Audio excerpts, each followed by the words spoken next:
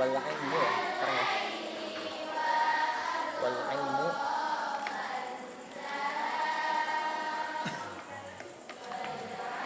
wal ilmul muta'alliq au al muta'allaq wal ilmul muta'allaq bi jami'il wajibat wal jaizat wal mustahilat. Lalu selanjutnya Allah itu mempunyai sifat al-ilmu. Al-ilmu berarti mengetahui. Allah itu mengetahui. Nah, apa yang Allah ketahui? Yang Allah ketahui itu al-wajibat, sesuatu yang wajib. Yang wajib-wajib Allah ketahui. Wal jaizat, dan sesuatu yang boleh, jaiz. Wal mustahilat, dan Allah pun mengetahui sesuatu yang mustahil. Karena itu para ulama itu ada apa ya? Apa namanya? Makalahnya para ulama, Allah ya'lamu ma kan wa ya'lamu ma yakun wa ya'lamu ma la yakun law kana kaifa yakun. Allah itu mengetahui sesuatu yang kan, sesuatu yang sudah terjadi. Wa ya'lamu ma yakun, dan Allah mengetahui sesuatu yang sedang terjadi. Wa ya'lamu ma la yakun, bahkan Allah itu mengetahui sesuatu yang tidak terjadi. Sesuatu yang tidak terjadi pun Allah ketahui. Law kana kaifa yakun. Nah, sesuatu yang tidak terjadi itu kalau seandainya mau terjadi, Allah tahu bagaimana cara terjadinya. Awakmu duwe mantan ora? Duwe. Potongan anu. Kayak mantan. Mantan apa alumni tuh? Alumni. Alumni. Entar. Ya contohnya aja. Contohnya ambil contoh mantanmu sudah nikah. Contohnya. Kan awalnya kan mau pacaran, Allah itu tahu dulu mau pacaran. Wa ya'lamu ma yakun, dan sekarang udah jadi mantan Allah tahu. Wa ya'lamu ma la yakun, Allah tahu kamu tuh enggak mungkin nikah sama dia gitu. Karena dia sudah jadi istri orang. Laukana kayfa yakun. Tapi seandainya yang mustahil itu diubah menjadi suatu kenyataan, seandainya yang mustahil itu diubah menjadi suatu kenyataan, Allah pun tahu bagaimana cara berubahnya. Itu. Karena itu sifat Allah itu, sifat ilmunya, sifat mengetahuinya itu berbeda dengan sifat qudur dan iroda. Kemarin kita bahas kalau qudur dan iroda itu hanya berhubungan dengan sesuatu yang mungkin, bukan dengan sesuatu yang mustahil. Jadi Allah kan punya sifat qudrah. Qudrah itu artinya kan berkehendak. Nah, kehendaknya Gusti Allah ini hanya berhubungan dengan sesuatu yang mungkin, bukan sesuatu yang mustahil. Karena qudrah Gusti Allah ini, kenapa qudrah Allah tidak boleh berhubungan dengan sesuatu yang mustahil? Karena kalau qudrah Allah berhubungan dengan sesuatu yang mustahil, nanti Allah bisa meniadakan dirinya sendiri. Sedangkan ketiadaan Tuhan itu mustahil. Karena itu kehendak Gusti Allah hanya berhubungan dengan sesuatu yang mungkin, tidak boleh berhubungan dengan sesuatu yang mustahil. Karena kalau berhubungan dengan sesuatu yang mustahil, akibatnya fatal. Ya. Nah, tetapi berbeda dengan al-qudur dan iroda, al-ilmu, pengetahuan Gusti Allah itu tidak terbatas hanya dengan sesuatu yang mustahil saja. Jadi ilmu itu berhubungan dengan wajibat, jaizat, dan mustahil. Lalu selanjutnya wal hayat. Wa hiya la tata'allaqu bi syai'in. Lalu selanjutnya Allah itu hidup. Ya enggak mungkin lah enggak hidup ya. Allah itu punya sifat hidup. Wa hiya la tata'allaqu bi syai'in, dan hidupnya Gusti Allah itu tidak berhubungan dengan apapun. Ya wis, hidupnya Allah dengan dirinya sendiri, tidak dibantu dengan yang lainnya. Was-sam'u wal basar, dan juga Allah punya sifat as-sam'u, mendengar, wal basar, dan melihat. Al-muta'alliqani bi jami'il mawjudat, yang mana penglihatan dan pendengaran Gusti Allah itu berhubungan dengan segala sesuatu yang ada. Maksudnya apa? Maksudnya Allah itu bisa melihat segala sesuatu yang ada, dan juga bisa mendengar segala sesuatu yang ada. Karena itu kemudian ketika di Al-Qur'an itu min hablil warid aqrab hablil warid, Allah itu lebih dekat dengan tulang dengan urat leher. Lalu wa idza sa'alaka ibadi fa innahu qarib. Kalau seandainya kita minta kepada Tuhan kita, ya pasti akan dikabulkan meskipun mintanya dalam hati. Ya karena Allah itu mengetahui, mendengar, dan melihat segala sesuatu yang mewujud, segala sesuatu. Lalu sifat yang terakhir, sifat ma'ani yang terakhir adalah wal kalam. Kalam. Allah itu punya sifat kalam. Maksudnya kalam itu Allah itu punya sifat kalam, berbicara gitu ya. Punya sifat kalam berbicara. Nah, cuman gini. Nah, ini yang menarik ini ya. Sekarang gini, kamu bisa ngomong ya? Bisa. Jadi gini, kaidah yang harus selalu dipakai. Apa yang terjadi pada makhluk itu tidak terjadi pada Allah. Itu kaidah yang harus dipakai. Biar kita tidak menyamakan Gusti Allah dengan makhluk. Itu selalu kaidah yang dipakai. Karena itu ketika ayat Al-Qur'an mengatakan yadullah, ada hadis yang mengatakan yadullah, ketika ada ayat yang mengatakan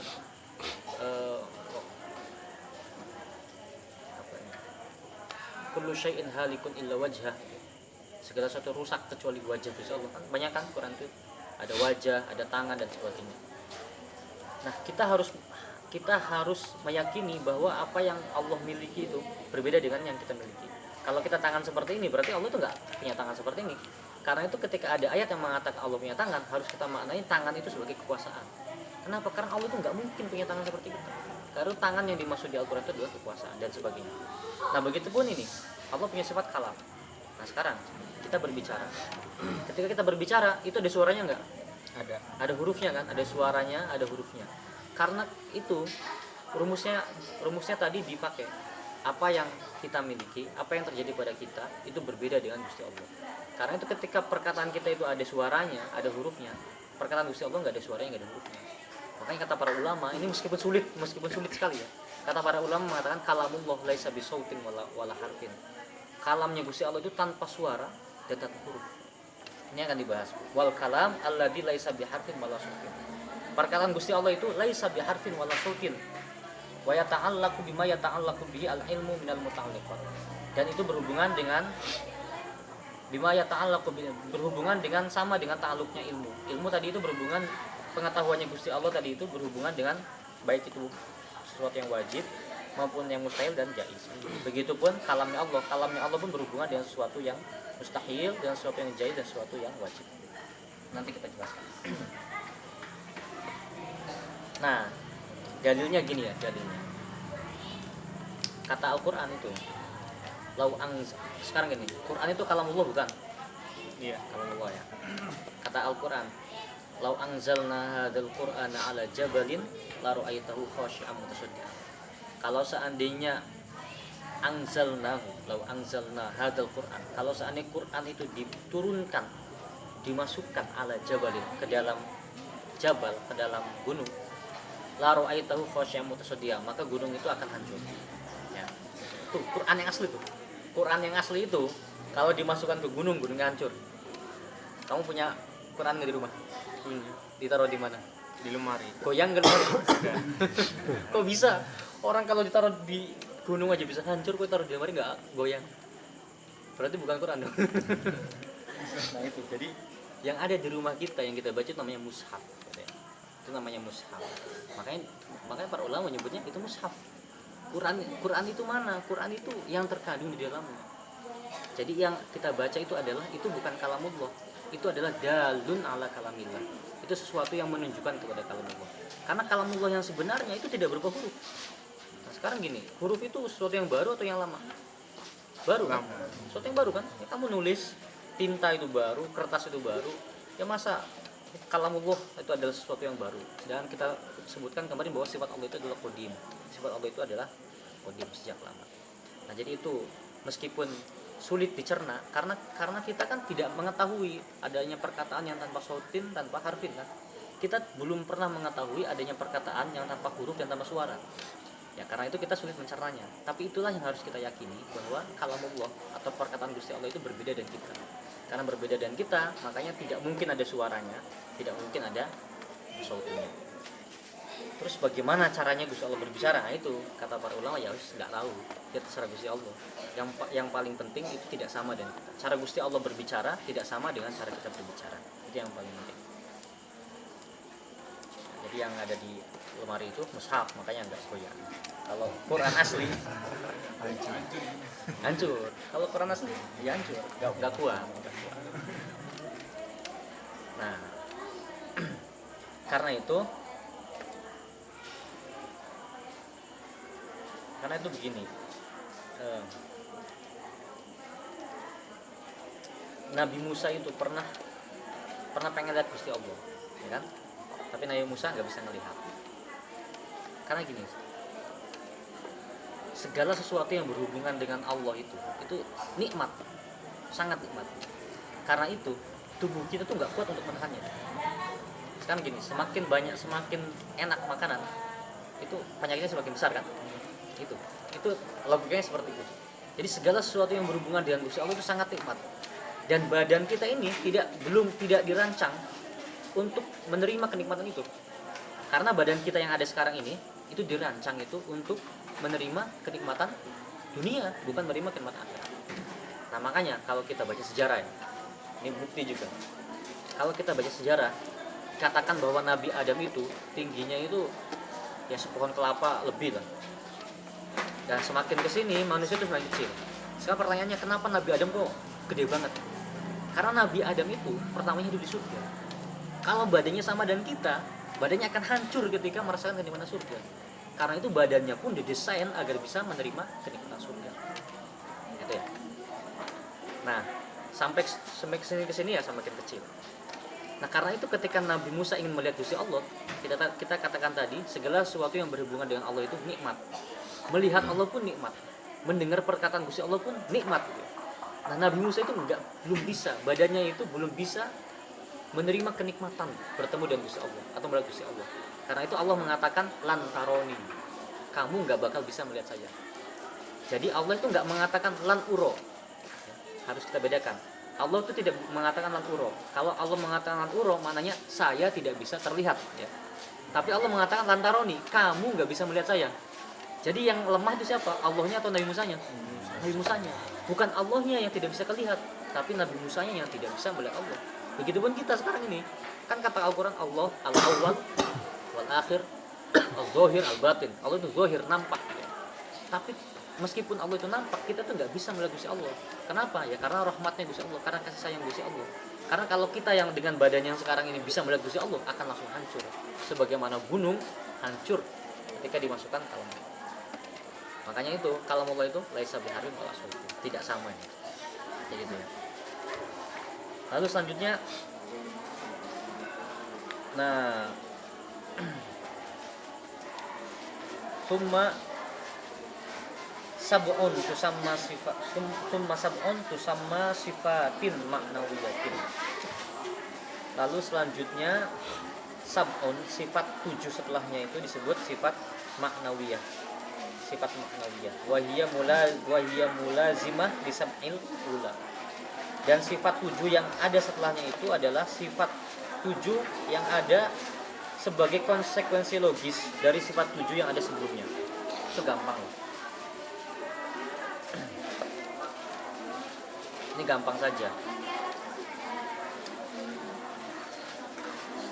Kalau kita bisa melihat, berarti ketika kita melihat di saat yang bersamaan kita disebut pelihat, gitu kan?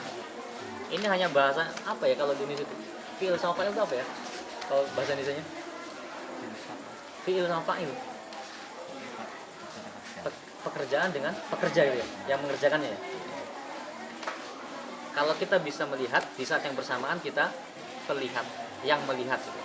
Kalau kita mempunyai sifat mendengar di saat yang bersamaan kita seorang yang mendengar. Kalau kita memberi duit di saat yang bersamaan kita disebut pemberi duit gitu kan. Jadi sama aja seperti itu. Allah punya sifat kudroh, berkuasa. Di saat yang bersamaan karena Allah punya sifat kudroh maka disebut qadiron. Jadi qadiron itu isim fa'ilnya itu. Isim fa'il dari kudroh. Karena Allah punya sifat irodah di saat yang bersamaan Allah muridan ya. Karena kudroh irodah, karena Allah punya sifat ilmu di saat yang bersamaan Allah aliman ya. Karena Allah itu hidup, punya sifat hayah di saat yang bersamaan hayyan gitu ya, kaunul hayyan dan sebagainya. Jadi itu sebagai konsekuensi logis, sama saja dengan sifat 7 yang ada sebelumnya.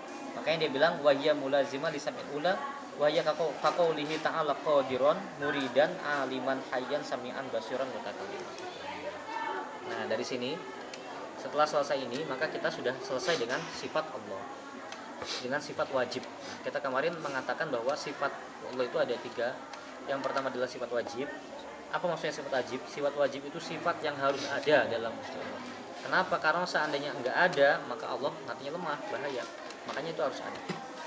Yang kedua adalah sifat mustahil. Sifat mustahil itu adalah sifat yang tidak boleh ada. Karena kalau seandainya ada ya bukan Tuhan. Nah, sifat mustahilnya itu apa? Ya kebalikan dari sifat wajib. Makanya sifat mustahil nanti enggak usah kita baca karena kebalikan dari sifat wajib. Ketika sifat wajib yang pertama Allah itu wujud, Allah itu ada, berarti sifat mustahilnya itu Allah tidak ada. Jadi Allah itu nggak mungkin tidak ada, dan seterusnya. Nah lalu kita langsung ke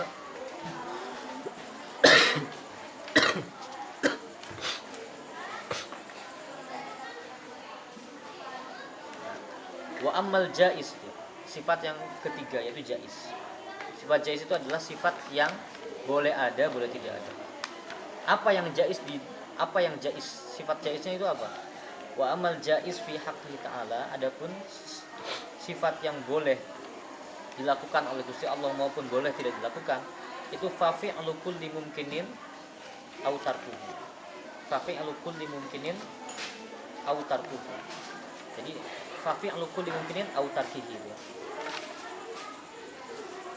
Enggak, fafi'lu kulli mumkinin au tarkuhu gitu.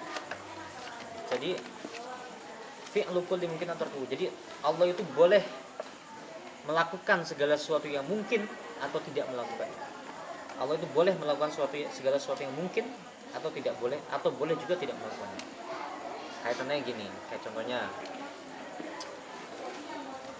Cak Wiyadi menjadi kaya, itu boleh atau tidak boleh? Itu wajib, mustahil, atau jaiz? Jaiz, karena kalau wajib ya berarti kudu kaya. Kalau mustahil berarti enggak mungkin kaya. Jaiz berarti kan boleh kaya, boleh enggak. Nah karena itu maksudnya fi'lu kulli mungkin atau gimana? Allah itu boleh menjadikan Cak Wiyadi kaya dan boleh juga menjadikan Cak Wiyadi miskin. Terserah Gusti Allah. Itu fi'lu kulli mungkin. Dan nanti ini fi'lu kulli mungkin antarku itu efeknya sangat banyak. Nah, efeknya sangat banyak. Salah satu efeknya gini. Kita sholat, kita zakat, kita puasa. Nah sekarang wajib nggak kita masuk surga dengan sholatnya itu? Kok orang sholat, waduh, sholat podo aja. Dengan sholat itu kita wajib nggak masuk surga? Apakah sholat kita itu, dengan sholat itu kita wajib masuk surga? Pertanyaannya, apakah dengan sholat itu kita mustahil masuk surga? Ataukah dengan sholat kita jaiz, kita boleh masuk surga dan boleh enggak? Itu yang mana? Jaiz. Berarti kamu mau sholat, meskipun sholat nggak masuk surga nggak apa-apa. Meskipun sholat nggak masuk surga nggak apa-apa, ridho. Ikhlas nggak? Ya enggak. Loh kok ngono? Jalur yang surga Job. Iya. Itu proposal Job, jadi nggak harus ditok di palunya.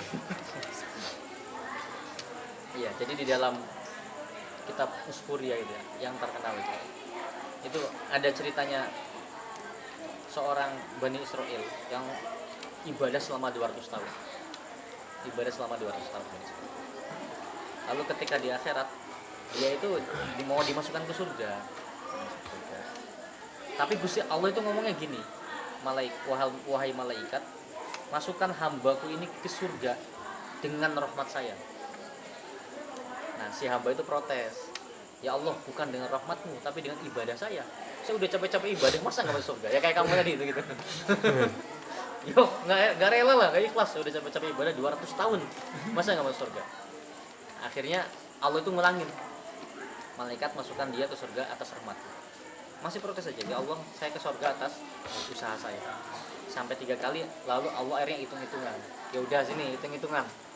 Kamu ibadah berapa lama? 200 tahun. 200 tahun ibadah kamu itu belum cukup untuk membayar nikmat mata. Jadi 200 tahun ibadah kita itu belum cukup untuk membayar nikmat mata, belum nikmat yang lainnya, nikmat hidung, nikmat telinga dan sebagainya. Karena itu kamu ibadah 1000 tahun pun itu nggak cukup buat bayar surga tuh. Makanya itu kita itu masuk surga itu bukan karena amal kita, tetapi karena rahmat dari Gusti Allah. Makanya Nabi mengatakan la yadkhulanna ahadukum aljannah bi amali. Tidak ada satu orang pun dari kalian yang masuk surga karena amalnya. Sahabat terus tanya ke Nabi, wala anta ya Rasulullah. Masa sampean pun enggak? Nabi jawabnya apa? Wala ana. Saya pun tidak masuk surga karena amal saya, tapi karena rahmat dari Gusti Allah. Nah, itu menunjukkan apa? Itu menunjukkan bahwa Allah itu mau masukkan kita ke surga atau masukkan ke neraka itu bukan wajib dan bukan mustahil, tapi jaiz. Makanya sifat jaiznya Allah apa? Fi'lu kulli mumkinin aw tarkuhu. Allah itu boleh saja memasukkan kita ke surga dan juga boleh saja memasukkan kita ke neraka meskipun kita tukang ibadah. Makanya jangan sombong orang itu tukang ibadah itu.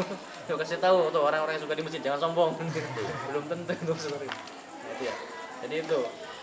Jadi inilah gunanya kita belajar akidah. Biar apa? Biar kita itu meluruskan niat. Jadi kalau kita ibadah itu ya udahlah.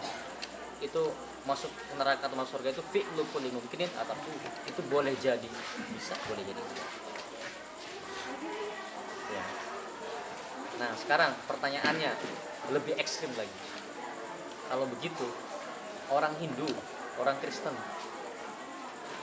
dengan fi'lu kulli mungkin atarku bisa nggak masuk surga kira-kira? Mustahil. Mustahil. Bisa. Nah, ini kalian aja yang jawab, jangan saya. Kalian aja yang jawab. Nanti kita bahas yang lain. Mustahil ya. Mustahil. Kenapa mustahil? Karena bukan Islam. Oke. Jawabannya. Jadi itu sifat jaiz dari Gusti Allah. Wa amal jaiz fi haqqi ta'ala fa fi kulli mumkinin aw taqwa. Udah ya, cukup. Nanti selanjutnya Burhan. Kalau mau ada diskusi dulu boleh, kalau nggak ada langsung Burhan. Itu kalau kata mufassirin law itu adalah harf imtina'in. Maksudnya harf imtina'in apa? Nggak mungkin ada. Jadi ketika Allah sudah pakai law berarti nggak mungkin. Katanya kan walau syara buka, kalau Allah mau Allah menjadikan umat itu satu. Tapi kepakai law kan? Berarti nggak mungkin. Allah itu nggak mau menjadikan umat satu. Allah itu pengen orang itu banyak macam-macam. Ada yang suka maksiat, ada yang suka. Kalau kita pengennya orang maksiat semua, kita pengennya orang kok taat semua, masuk masjid semua. Nah, berarti kita lebih bersemangat dari Tuhan. Jangan bosan lah, biasa aja. Ya nyuruh, ngajak. Jangan terlalu bersemangat ke Gusti Allah, biasa aja. Dan ini harus diterapkan di semuanya ya. Kita punya cewek ngelamar, ya udah itu usaha kita ngelamar. Jadi atau enggaknya, fi'lu kulli mungkin terkamu itu tergantung Gusti Allah. Kalau Gusti Allah mau ya dijadikan, kalau Gusti Allah nggak mau ya sudah. Ngelamar kerja pun sama seperti itu. Fi'lu kulli mungkin, semuanya itu fi'lu kulli mungkin. Tenang aja, tenang. Pengen kawin, wes fi'lu kulli mungkin terku ya. Nek jarak takdir jomblo sampai mati ya apa aja.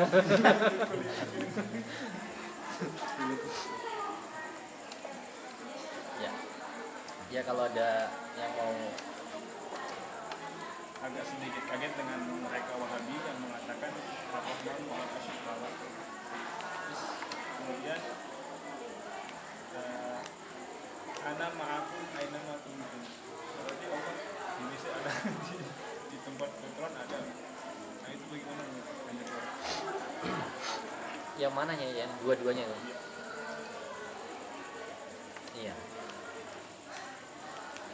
Jadi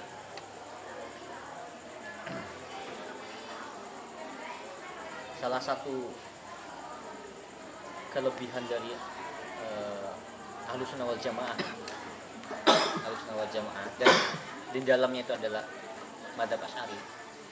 Itu yang sering kita dengar dengan kata-kata moderat itu kan. Kita kan sering banget kan dengan kata moderat atau tawassut. Nah, sebenarnya apa itu tawassut moderat?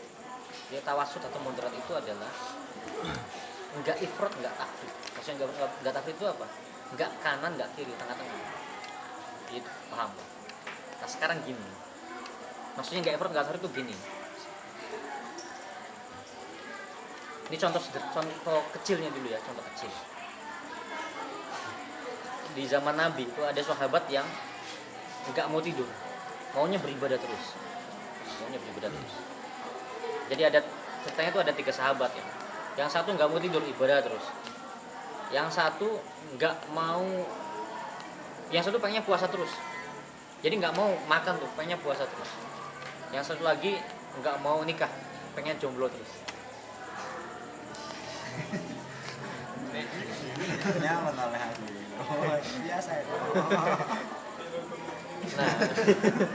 Nah, ketika Nabi itu melihat keadaan 3 orang itu, Nabi itu menegur mereka. Lalu Nabi mengatakan, saya itu ya puasa, ya berbuka. Ya kadang saya puasa, kadang saya berbuka. Saya kadang tidur, ya kadang melek. Ya saya ya menikah juga. Terus keluarlah kata-kata Nabi yang sangat terkenal itu, kita semua tahu. Waman raghiba an sunnati falaysa minni. Jadi maksudnya wan raghiba an sunnati falaysa minni itu bukan tentang nikah, bukan. Maksudnya Nabi itu kalau kalian hidupnya berlebihan, itu bukan bagian dari sunnah saya. Jadi Nabi itu mengajarkan tengah-tengah. Nah, tengah-tengahnya itu gimana? Tengah-tengahnya gini. Yang satu ekstrim kiri, yang satu ekstrim kanan. Ekstrim kiri itu apa? Ekstrim kiri itu zina lah, karena itu. Berzina, itu ekstrim kiri. Ekstrim kanannya apa? Enggak mau deket cewek. Nabi itu melarang dua-duanya. Ya kamu harus deket cewek. Harus deket cewek tapi dengan cara yang sah, nikah gitu kan. Enggak ekstrem kiri, enggak ekstrem kanan. Ekstrem kanan, ekstrem kiri kan zina. ekstrim kanannya nggak mau deket cewek. Jangan, tengah-tengah. Ada lagi, yang satu ekstrim kiri, yang satu ekstrim kanan. Ekstrim kirinya apa? Turu tok, kerjanya tidur doang. Yang satu apa? Ekstrim kanannya apa? Ibadah doang. Nabi melarang dua-duanya. Jangan tidur mulu, jangan ibadah mulu. Ada kalanya waktunya tidur, ada kalanya ibadah. Begitupun ekstrim kirinya makan mulu, ekstrim kanannya puasa mulu. Nabi melarang dua-duanya. Jangan ekstrim kiri, jangan ekstrim kanan. Ya, kadang puasa, kadang makan. Udah, ini contoh kecil. Nah, kalau kita tarik jauh, itu tawasud itu mengandaikan seperti ini. Dalil itu ada dua. Ada dalil akli, ada dalil nakli. Ya jangan nakli terus. Harus akli dipakai, tapi jangan akli terus, nakli juga harus dipakai. Ya. Jangan akli terus, nakli harus dipakai. Jangan nakli terus, akli harus dipakai. Karena gini, kalau akli terus bahaya dan bahayanya udah ketahuan. Nah, sekarang nakli terus bahayanya apa? Nih, bahayanya nakli terus. Kalau terlalu pakai nakli, nggak pakai akal, bahayanya gini. Di hadis Bulughul Maram itu ada sebuah hadis yang mengatakan seperti ini. Kalau kalian mau buang air besar, kencing atau berak, janganlah menghadap ke selatan atau utara, tapi menghadaplah ke barat atau ke timur. Tagharrabu, menghadaplah ke barat atau menghadaplah ke timur. Terapkan hadis ini di Indonesia. Bagaimana? Kalau seandainya hadis ini diterapkan di Indonesia, kalau kamu kencing menghadaplah ke barat atau menghadap ke timur, maka apa yang terjadi? Yang akan terjadi adalah kita akan menghadap kiblat atau membelakangi kiblat. Makanya memahami hadis ini harus pakai akal. Pakai akalnya gimana? Nabi itu konteksnya mengatakan seperti itu di Madinah. Madinah itu utaranya Mekah. Makanya Nabi mengatakan jangan ngadap utara, jangan ngadap selatan, tapi ngadap barat atau ngadap timur. Itu ya. Jadi kalau kita cuma pakai hadis doang bahaya. Nah, terus banyak sekali lah. Di Quran itu ada ya tadi itu yang ayatnya saya sampaikan. Kullu syai'in halikun illa wajhah. Segala sesuatu itu rusak kecuali wajahnya Tuhan. Nih, kalau kita cuma pakai teks doang, kalau kita nggak pakai nakal doang, nggak pakai akal, berarti nanti di hari akhir yang sisa cuma wajah Tuhan, tangan Tuhan, semuanya hilang, wajah Tuhan. Ya nggak seperti itu kan? Yang dimaksud wajah di situ adalah kekuasaan. Nah, bahaya kalau seandainya nggak pakai akal, hanya pakai teks itu bahaya. Makanya yang tengah-tengah gimana? Akalnya dipakai, teksnya dipakai. Nah, karena akal dipakai, teks dipakai, maka apa yang akan terjadi? Ini agak panjang ya ceritanya ya. Karena akal dipakai dan teks dipakai, apa yang akan terjadi? Yang akan terjadi seperti ini. Kata para ulama termasuk Ibnu Taimiyah mengatakan seperti ini. Al-aqlu as-sahih la yu'arid an-naqlas sharih. Akal yang sahih, akal yang benar tidak akan bertentangan dengan nakal. Jadi akal itu tidak akan bertentangan dengan nakal. Nah, kok ada pertentangan, berarti salah satunya enggak sahih gitu.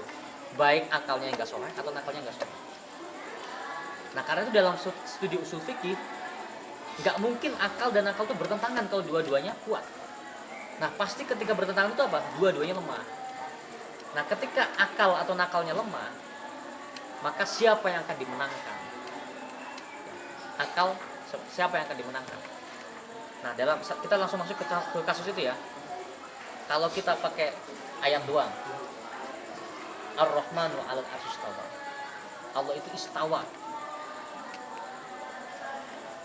duduk di atas arsy. Allah itu duduk di atas arsy. Gitu ya. Itu pakai teks doang.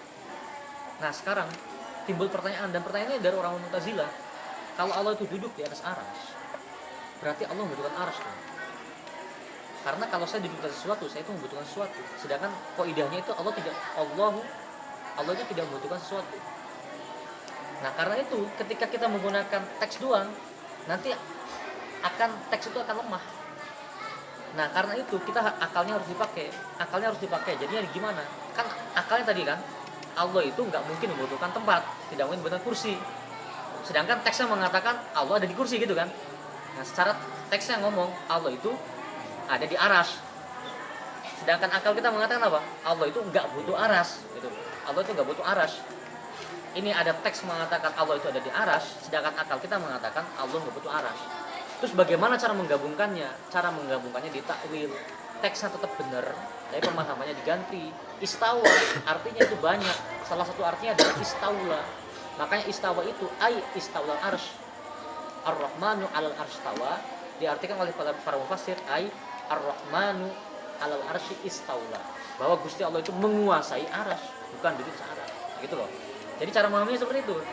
Kenapa? Biar nggak bertentangan antara akal dengan akal. Itu yang pertama. Kalau seandainya Wahabi nggak mau pakai akal, nih, seandainya Wahabi nggak mau pakai akal, nggak apa-apa. Tetap kita harus artikan istawa di situ adalah menguasai. Kenapa? Biar tidak ada pertentangan antara nakal dan nakal. Biar tidak ada pertentangan antara ayat yang satu dengan ayat yang lainnya. Nih, tadi kamu sebutin ayat yang satunya kan? Allah itu berada dimanapun bersama dengan kita. Bagaimana mungkin di ayat yang satu Allah mengatakan berada dimanapun kita berada? Berarti sekarang ketika kita sedang di bumi, Allah di mana? Kalau mau pakai ayat itu di bumi ya. Sedangkan ayat yang satunya mengatakan Allah di arsy. Jadi yang benar yang mana? Nih, ada dua ayat tuh. Yang benar yang mana tuh? Allah berada dengan kita. Terus Allah berada di arsy. Itu yang benar yang mana? Itu baru dua ayat. Belum kita sebutin ayat yang lainnya. Hadisnya, ada hadis. Hadis oke ya? Kata hadis itu, hati seorang mukmin itu berada di antara dua jari Gusti Allah. Berarti menurut hadis itu Allah berada di mana? Di hati orang mukmin. Nah, sekarang Allah itu yang benar Allah di mana nih sekarang? Di hatinya orang mukmin, di aras atau dengan kita? Baru tiga teks tuh. Belum teks yang keempat. Teks yang keempat. Nabi Ibrahim itu di As-Saffat ada. Apa sih ayat itu? Dzahibun ila rabbi sayyidin. Ini dzahibun ila rabbi sayyidin. Kata Nabi Ibrahim, ini dzahibun ila rabbi sayyidin. Saya akan pergi menuju Tuhan saya. Ini dzahibun ila rabbi. Saya itu akan pergi menuju Tuhan saya. Nah, pada waktu itu ketika Nabi Ibrahim ngomong gitu, Nabi Ibrahim mau berangkat kemana? Nabi Ibrahim mau berangkat ke Palestina. Jadi maksudnya Nabi Ibrahim saya akan pergi ke Tuhan saya, maksudnya itu saya akan pergi ke Palestina. Baru 4 teks tuh. Yang satu mengatakan Allah di aras, satunya Allah bersama kita. Terus hadis mengatakan di hati. Ada ayat lagi mengatakan Allah berada di Palestina. Jadi yang benar yang mana? Itu baru 4 tuh, belum yang kelima dan keenam yang semuanya.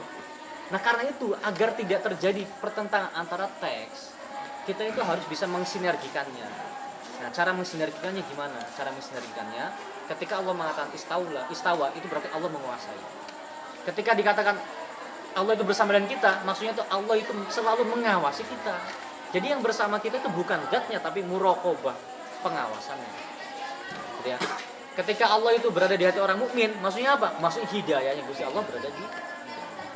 Ketika Nabi Ibrahim mengatakan akan menuju Tuhannya, maksudnya apa? Maksudnya Nabi Ibrahim ingin menuju rahmat Tuhan.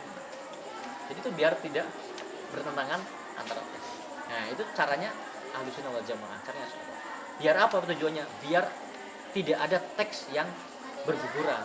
Karena kalau seandainya kita katakan Allah di aras saja, berarti ayat yang mengatakan Allah bersama kita akan digugurkan. Berarti hadis yang mengatakan Allah di hati orang mukmin akan digugurkan. Berarti ayat yang mengatakan Nabi Ibrahim akan menuju ke Palestina, menuju Tuhan akan digugurkan, gitu kan? Nah, agar tidak ada ayat yang digugurkan, maka kita harus melakukan al-jam'u bainal adillah, mensinergikan dalil. Itu cara mensinergikannya mentah.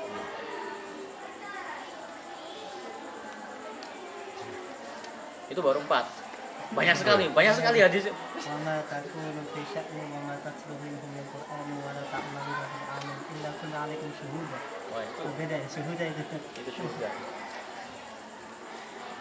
Nah, jadi itu udah 2 pertanyaan ya, jawab berarti ya. Dari istawanya itu berarti kita tafsirkan dengan istaula, maksudnya menguasai. Dan Allah berada dengan kita di mana kita berada itu maksudnya muraqabah, pengawasan Gusti Allah. Gimana? Ada yang lain?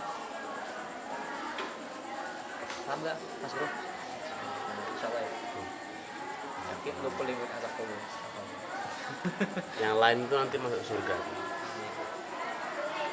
Terus yang wahdaniyah ayyula sa'in lahu fi dzati wa la fi sifati wa la fi Allah itu kalau itu kan berbeda dengan makhluk dari segi zat. Tapi kalau dari segi sifat misalnya Ar-Rahman, Ar-Rahim, Al-Malik dan seterusnya manusia juga punya sifat rahmat, penyayang, pengasih bagi tidak berarti sama dengan makhluk. Iya, itu yang kita tegaskan kemarin. Jadi makanya wahdaniyah itu harus dipahami. Allah kan esa. Maksudnya esa itu wahdaniyah fi dzatihi, maksudnya zat Allah itu cuma satu. Tapi bukan hanya itu, Allah itu wahdaniyah fi sifatihi. Sifatnya pun esa. Maksudnya gimana? Meskipun karena gini, permasalahan itu begini, Mas Bro. Makan durian pernah kan ya? Durian manis nggak?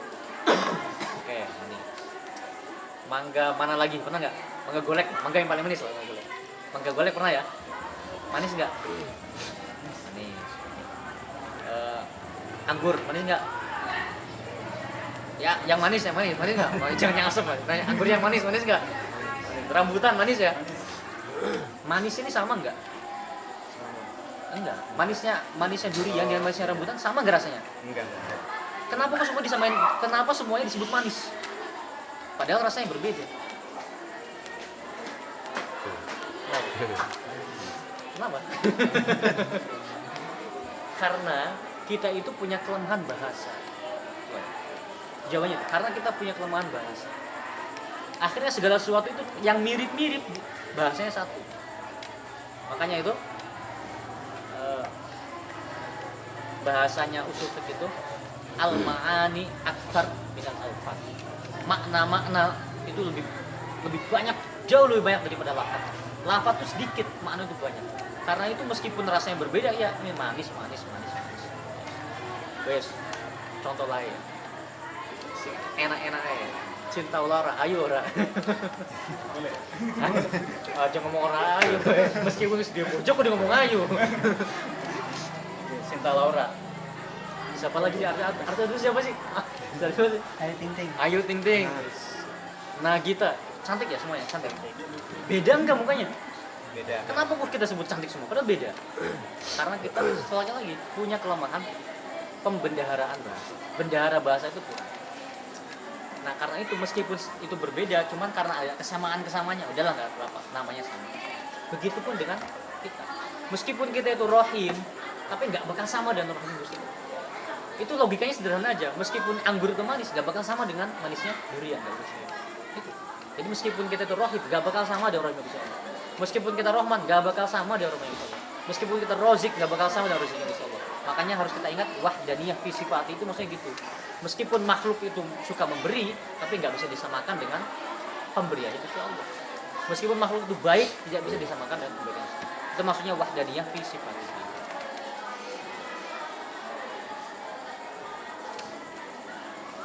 Kalau nggak pengen sama ya bahaya. Kalau ya soalnya ya itu di bahasa itu sangat terbatas.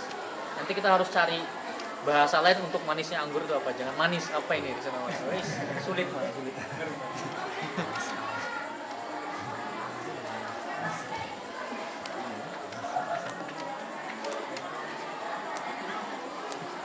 Gimana? Ada yang lain?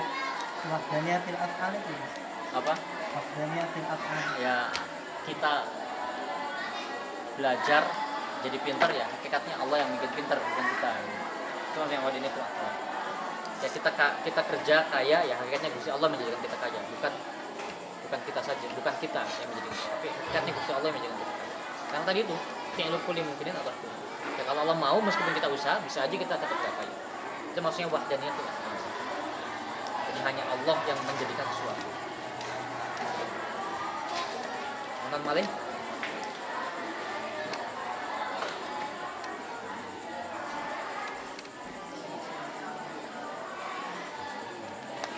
Ya kalau sabun ya